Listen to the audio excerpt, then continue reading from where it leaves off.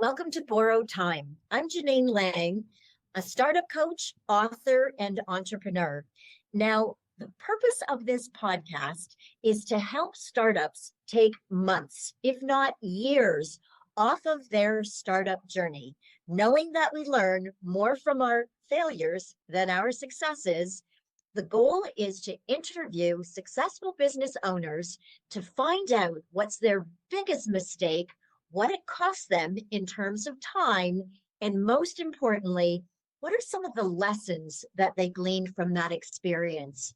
By learning these lessons with our listeners, what these folks had to learn the hard way, I'm hoping that you'll save valuable time and effort. Now, my guest today is Dani Whitestone, and she is the owner of her own coaching business. Welcome, Dani. Well, thank you so much for having me, Janine. I love this topic. I'm so excited. Thank you so much for having me today. Oh, it's absolutely my pleasure. So maybe you can start, Dani, just by telling us a little bit about your coaching business. Oh, absolutely. So I function as a business coach, but where I specialize in optimizing and increasing revenue, retention, and referrals for especially service-based businesses by focusing on the customer experience. And some small businesses may not know exactly what that is, but I use this amazing approach called unreasonable hospitality. And it's just a fun way to basically optimize what you're already doing. So you make more money just by doing better at what you're already doing. So that is where I found my home, and it is fun, and I absolutely adore it because it creates win-win-win situations all around for everyone. Yeah, well, what I picked up from that was make more money. So you've got our attention Yes, already. I know. always. And so, what inspired you? How did you get started with this coaching business? So I got it. I went into coaching after my last company was acquired. I was a co-founder of an amazing software company called Turbo Law Software, and it's like a startup journey, like you read about, where we're in in different apartments or in basements, just trying to be scrappy bootstrapping startups, increasing that and growing that and being acquired 15 years later. So basically after that, I said, well, what am I going to, where's my next step? Where am I going to go? And I have a teacher's heart. So I said, well, let me step out into the coaching world and kind of mix coaching and mentoring and consulting. But basically, with the same goal that you have is, how can I connect with other owners, basically help give back like what the lessons that I've learned to help speed up that learning curve and have other people make fewer mistakes. Like, no, don't do that. I've done that wrong again. Let me help. So that is the inspiration of starting out into the coaching space. And it's incredibly rewarding. And my clients are the absolute best. Oh, that's absolutely awesome. And we've already heard of success. So you built up a successful software business Mhm. and you've sold that. So I can't wait to talk to you in a few minutes about other successes that you've had. But first, we have to start with, and we all have them. What is one of the biggest mistakes that you've made over the years that you would say really cost you? So, like a lot of entrepreneurs, I want to put that out, especially for people in startup. There's so many mistakes, but I would say like the biggest is including businesses that didn't make it. So I don't don't look at like the end journey, because there's other businesses too that didn't make it. So I would say like the biggest mistake that I've learned, especially growing that software company, is not putting my health first and having every single deadline, demand, client call, family obligation, having that all come before prioritizing my health. And we're going to delve into this a little bit, but basically, like, and I finally had the epiphany of like I have some friends who are amazing athletes, and looking at them and thinking, you know what, before they have a big race or a big competition, you know what they don't do? They don't cram all night and work all night and live off Doritos. They don't. They take care of themselves. So through venues like this, trying to really put the message out there, like, no, we demand a lot of our bodies in startup, especially in growth of our companies. So we have to respect that our body needs things from us. Yeah, I love that lesson, Danny. And so often the theme of work-life balance does come up, and many an entrepreneur has said they were guilty of putting those other priorities in their life on hold, but I think you're the first person that really touched on the important aspect of health and wellness, right?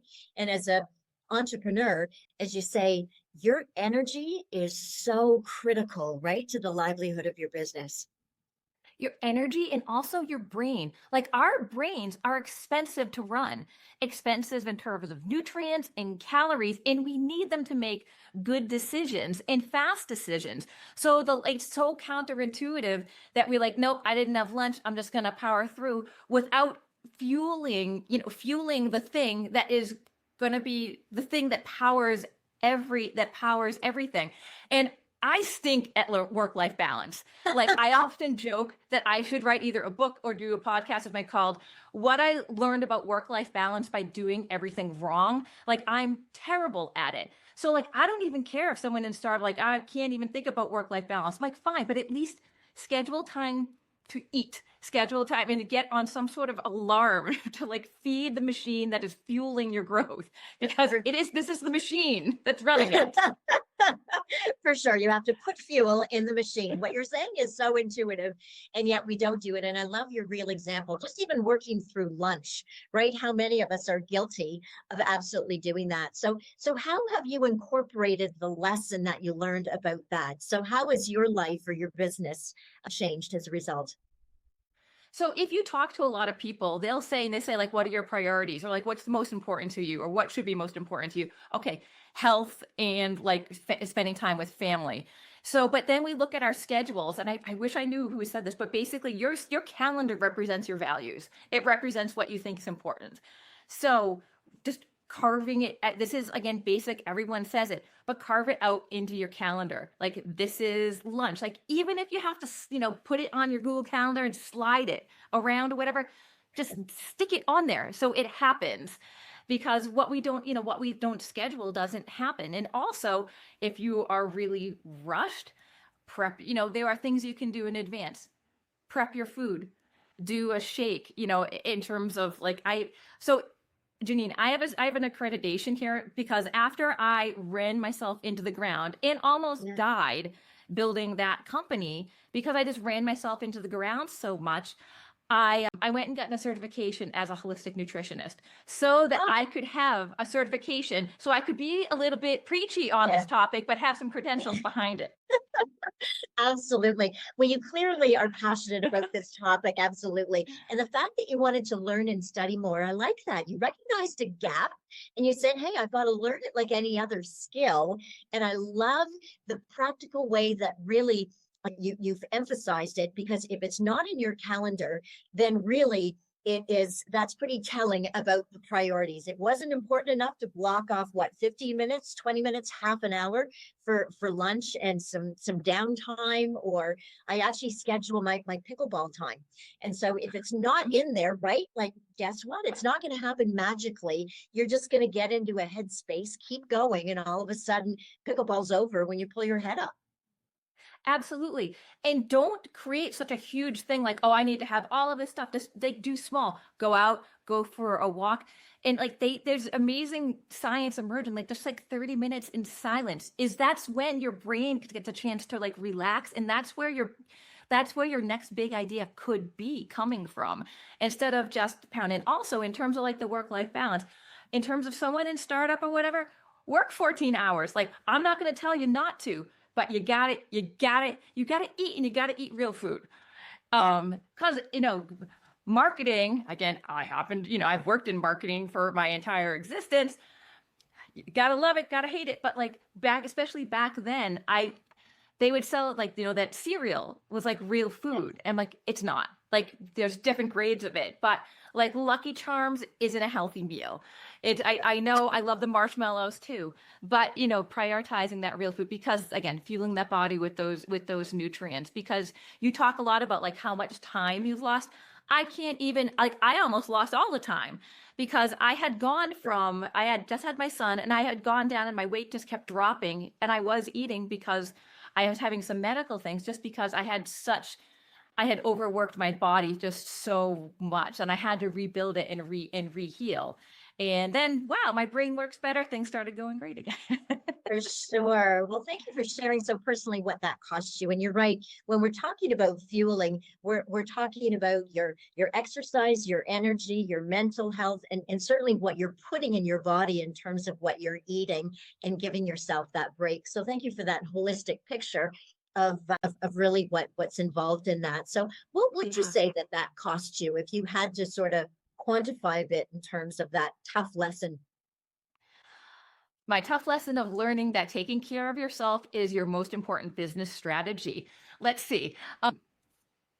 I, it costs, relationships, marital struggles in terms of, because that basically you're going to, push yourself, push yourself, and you're losing your health and you're also losing your family. And in terms of business growth, during that time, because it took me, a year, like a year being sick and a year of rebuilding, I'm going to put it at 2 years. And thankfully, I was able to build myself back, back out of it. But I would say, I give it a solid just 2 years of, trying to figure out what the heck is wrong with me and then building back from that. And, that drains from, because I'm looking up and going to doctors and all this type of stuff. I would say it took like two years off of what I would say would be more productive work in my business to be able to tackle myself, get myself back on track so that I can have that energy and mental capacity to build the way that to build the way I wanted to build. Yeah, for sure. And I love that the way you want to, because sometimes startups think that this is a sprint and it's about getting there quickly. I think there's that whole tortoise and hare story, but they think that they need to get there quickly. And when you realize it is more of a marathon and you do have to pace yourself and plan accordingly and think about, right, avoiding that burnout and what's a healthy pace and run your own race then, right? And Yeah. We've all been in traffic where you're here, you're in one lane and some other person's going zoom zoom zoom zoom zoom, like, and being like all aggressive on the side, and you're like, ah, and then you get to the traffic light and you're side by side, like, just in terms of like the energy expenditure. yeah. And expenditure, it's, yeah, definitely just, it does, it does feel like a sprint now that you're talking about it. It's like, how do we marry sprint and marathon? What is that word? The sprintathon. Like, it's like, Thought or something, exactly. But I love your analogy because you're right. We've all seen that car like dodging and weaving in and out of traffic only to get to the same red light right side by side with you. So really, and yeah, what kind of mental state are they in when they get there? They've worked themselves up into a frenzy, whereas by just sort of taking a slow and steady and consistent course and path, then you're getting there at the same time, but in a much better, healthier place, right? yes. And as I've gotten older here, I have definitely honored state way more than I used to. And I almost like honor it. I almost like look at it as kind of like a fruit tree. It's like if you have a fruit, I have a little orchard that I need to do better about figuring out. I'm not the greatest like orchard person, but I'm keep trying. However, beside the point, like, you have a fruit tree and you're not giving it the proper nutrients and you're making it produce. You're going to have this thing that is like starved and kind of just deft of all energy. It's not going to give you the apples. Versus you take a tree, you let it rest and have its seasons of rest and renewal and the nutrients it needs, and you get great apples. In theory, I'm working on it. In terms of that's like the same thing in terms of like state and maintaining that state so that we have that energy, the rest and renewal that you see emulated in nature, so that we can have the fruit being the growth of our business. Yeah, I love that analogy. I really do, Dani. There's just such a natural flow when we can kind of go with nature. And as you say, you're going to see the fruits of that at the end of the day. That's the result. That's the reward at the end of all of that. So, some really great lessons that have come out of that for sure for you. Yeah, and yeah, I'm hoping that if 22-year-old me like listened to this, like I would listen. And I said, you know what? I'm not sure if they'd listen, but at least it's out, at least it's out there.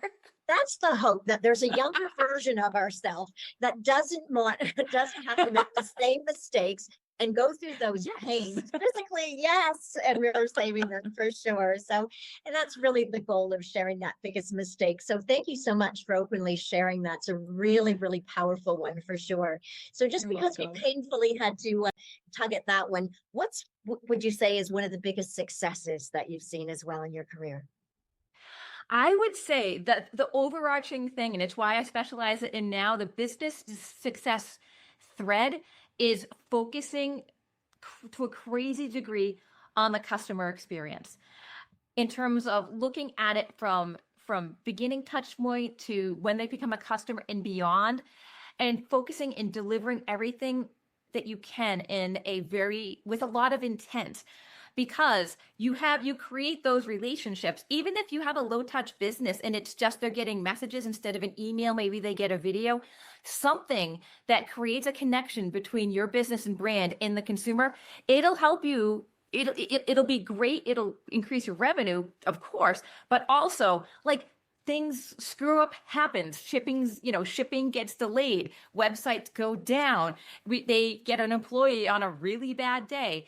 And those relationships will get you through that because you have enough built up. You talk about this in relationships of having that bucket full to put that kind of stuff in the bank to carry you through. That is in terms of the business success, because especially starting the software company, like there's 4 of us as founders and co-founders, and we're working with all attorneys, and we were crazy. Like we're kids, except some older people. But he was crazy too. But the one thing, we messed up a whole bunch of stuff. But the one thing that we tried everything is when people would call in, we would just pour into them like anything that we could do. And that in terms of like the biggest success. And of course, that company getting acquired was probably like my business success. But I would say but that thread is all that is focusing on that customer experience in a very intentional and systematic way. I love that lesson, especially in this day and age, Dani, when we have AI, we have an automated version that you could put into your business. So the technology is there, but very deliberately thinking about, and I always use the example, do you want customer service or customer support? Because you can have some software companies that when you've got a problem and you contact them, all you get is an automated standard email, right? It's just, and you don't get a person.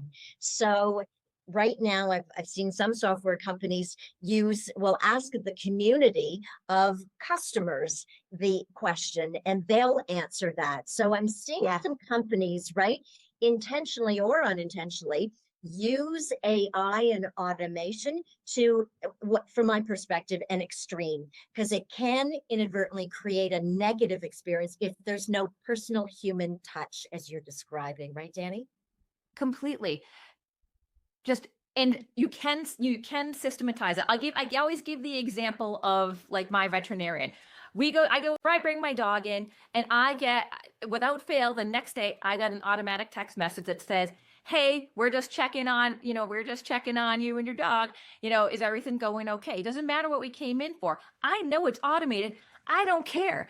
It's like it's automated, but it's like we're checking on my dog, who is my entire world. I love him so much. So I know it's automated, but that's an automation that didn't lose any of the personal touch, because if I write back if there is an issue, I will get a person. But that touch point didn't need to be, that didn't need to be. So it can be done. But also, if a company finds out they do something and it total backfires, own it. Send it out there like, wow, we messed this up. We're not going to do this again to you. Just be a person. Companies are companies, but there are people behind them. So I don't be afraid to be the person. I love that. And I love that example of AI, because that's using it to add another touch point, which was it enhanced, as you say, the experience. Because how often do we, right, go to a service provider and crickets after you hear nothing? So the fact that they embedded that follow-up, and you're absolutely right, we know it's standard and every single customer gets that the next day, but that's okay. The fact that they put that touch point in place means that they understand the importance of follow-up, which is another skill that unfortunately sometimes is lost with businesses, right? Very, very much so. So the follow-up needs to, again, again, just intent in systems, and just taking a little bit of time, pausing. I know it's hard to pause, but taking some time. That's like with people that work with me. Like we take the time, we get in a really beautiful setting or online, and we take that time to like figure like what does it look like now? What should it, what should it look like? Because you mentioned in terms of negative experiences, I've been there too, on the phone, be like, no, person, I need a person. None of these fit. And I'm really nice, and I'm like yelling at a machine. Absolutely. You know what clever strategy I saw? There was one company I came across, software company, and they actually had two separate prices. There was one price for their offer if you only wanted customer support. In other words, we have web pages, right? Like in help FAQs. So if you want a lower price, then you're buying that. And if you want a customer experience where there's live person, not just chat, but live person, then it's a different price. So you as the customer had the opportunity to make that decision and tailor, do I only want self-serve or do I want an enhanced service? So I found that an interesting business model. I love that. And one of the reasons I love that is it kind of falls into one of the customer experience statistics of 86% of people are willing to pay more for a better experience.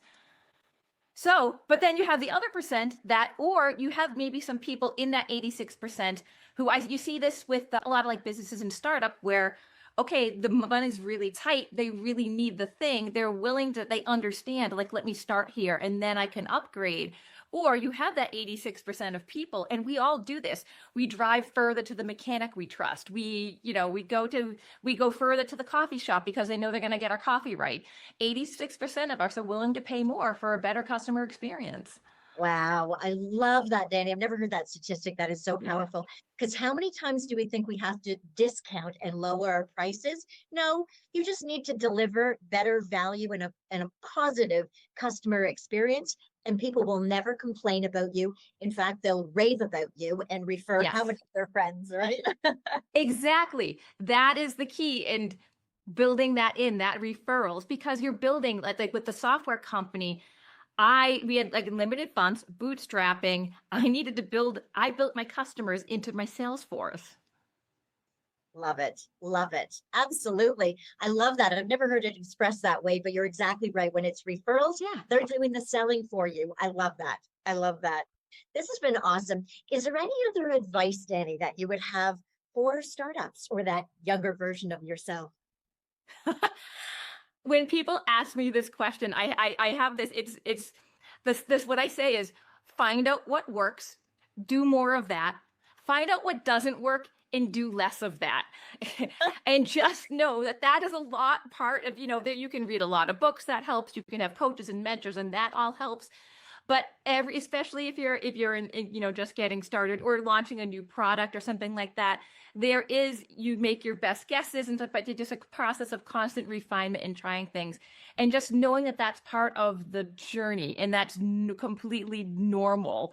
So really just taking that to heart of when you launch something new, that there's going to be a little bit, find out what works, find out what doesn't work, and just take that as part of the journey. So every little like blip that you need to modify, you doesn't crush your soul.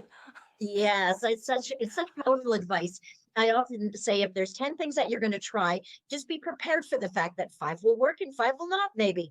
And so what you're saying, though, is really notice what's working, right? Pay attention to the result that you're getting, because as you absolutely say, it's so easy. Just do more of what works and don't be afraid to throw the rest on the floor if it absolutely isn't going to work. Completely. Absolutely. Yeah. That is awesome advice. Thank you so much for that. And I just noticed actually that book that's sitting on your table at the back. Tell us about that, Danny. What is this? So this is a book. It's called you can find it on Amazon. It's called The Brilliant Businesswoman, Your Guide to Entrepreneurial Success. I did write it for women in startup, but the lessons in it apply to everyone. And it's helping people get their heads around they're starting their business, helping these kids specifically get around sales and marketing and how to grow their business, but also answering practical questions that I would be getting from startups like DBA, LLC, what do I do? Do I need insurance? Do I not need insurance? And yeah, it was a joy to write, and it's doing well on Amazon. And I had 45-star reviews, and they're not all my mom. So if you want to check out the book, like, go for it. It's really rewarding to have, again, along the line of your mission is to get that out there. If someone can't afford to like hire a coach or something like that right out the bat, here's a little book. And Jeannie, I'll tell you something funny. Like, I poured my heart and soul like writing this and out, but when it came in the mail, I was like, where is it? It's so little. There was so many pages on the computer. It's so small. But it's worked to my advantage because like it gets read. People read it because it's little, it's cute. Yes, well, Dani, I'm going to say it's not the volume of pages, it's the richness, obviously, of the content. And the fact that you were so passionate about that, you're right. There's such a mystery. What does DBA and all these letters even mean? So taking the mystery out of that for startups and helping to break that down and walk them through that. You're absolutely right. We all need a coach. We all need mentors, somebody that's going to show us that way. And today has just been so much richness. Thank you so much, Dani, for sharing all of those lessons, the good, the bad, and the ugly, the biggest mistake, and of course, those successes. And congratulations again on selling that software business. That's thank you. That's a real accomplishment for sure. So if somebody's interested in wanting to get a hold of you and continuing the conversation, how do they do that? You can find me at www.daniwhitestone.com, just as you see as my name here. And if you can write on there, you can book a time to talk to me. If you have questions, you can do that. But also I run a free networking, and that's how I run a free virtual networking. And that's how Janine and I met. And if you do like Dani Whitestone /networking, and you see it right at the top, click there and come join us. Come meet some awesome entrepreneurs, everyone on this journey to network and just give the support and the connection that we all need to be successful and sane in this amazing journey that we're on. I love that, insane. And I can absolutely attest to how phenomenal it was for me to join that networking event. Absolutely everybody. It was a wonderful speed dial, sort of like speed dating format. I met so many bright, talented women, including obviously the one that I selected for this podcast. So thank you again for joining me. It is a phenomenal event, and certainly one that is absolutely worthwhile. So thank you so much, Dani, for taking time out of your busy calendar to be with us today. Oh gosh, it is absolutely my pleasure and my honor, Jean. I'm so glad that we connected, and thank you so much for having me on your amazing podcast and helping me support other entrepreneurs out there. So I really appreciate it. Oh, it's my pleasure. And I'm certain that our listeners today got so many different ways to save them valuable time and money. Until next time.